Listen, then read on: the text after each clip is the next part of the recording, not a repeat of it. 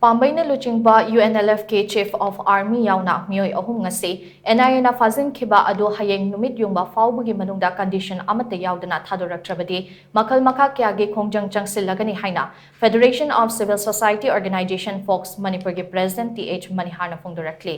Hiramasigi matangda ngasi DM University ki campus manungda pangthokpa pau misinga unaba amada MANIHAR na hai PAMBEI na LUCHINGBA UNLF ke Chief of Army oiriba TH Thoiba atopaming Sidaba Mapu amasung Lup asigi Chief of Intelligence LUCHINGBA amadi driver ama YAONA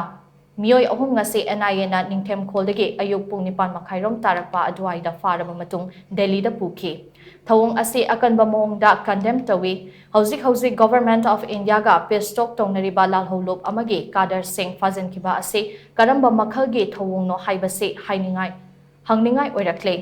lalholop asigi Chief of Army oiriba Thoiba asi party gi thabak thoram khakta natana Manipur thugaina ba amadi maitai miyam da landarakliba kuki khulai paiba singi mayokta achouba thodang lawriba misakni pestok ta yauriba lalholop amagi Kader Singh Fajinba haibase center gi karamba loda yaubage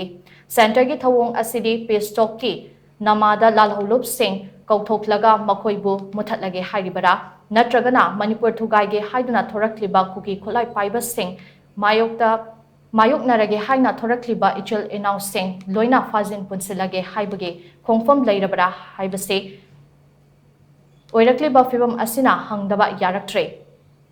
Chief of Army Staff Thoibana Tauriba Thabak Ase Party Khakinate Imalebag Amasong Manipur Miyamgi Achouba Saruk Amasu Yauribane Maramaduna Thoiba YAONA MEEOI ahum NIF na Fajinkhiba thawong ase gi mayokta miyamna chapchana leptuna thengnagani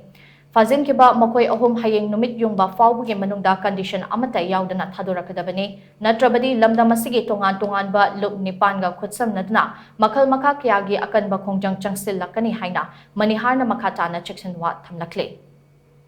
Makhoi gi pisto ki wa khak natana ngasi Manipur gi praja section khuding mangna pamiba Manipur gi maitai na pamiba Manipur thuga ge ni maitai har kene tholai ba singloba kuki gi mayok tu achoba thodang logdana ngasi kuki singna magi maming tabada ki riba singloba misagama khangkhong ogdra ngasi NIA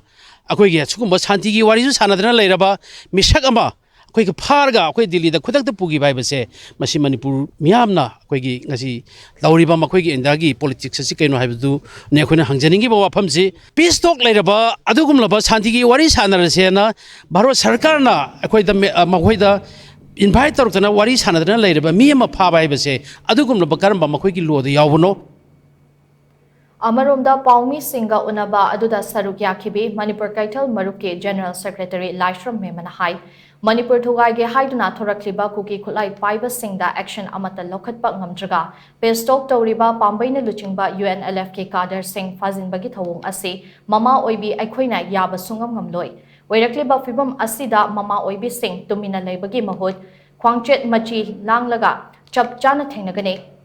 Matang Asida Paliba lengak asina so Prime Minister amasong Union Home Minister gi thakta pau faunaduna makhoi sing adu Thadoraknaba hotnagadabani haina memana makatana phongdokhe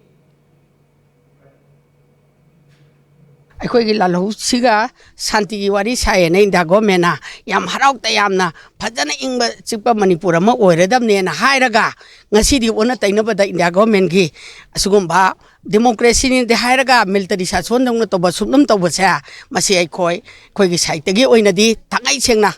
fully condemn tawi adugumba hat ke tuke lakpa mi dudi kaim to ngamdraga isa du dam hoina sumaina tawrak sidi mama moina aduga Manipur gi citizen la moina yabasu sungong ngamoy hayeng ngasi lakthokriba ngasi gi phirep sa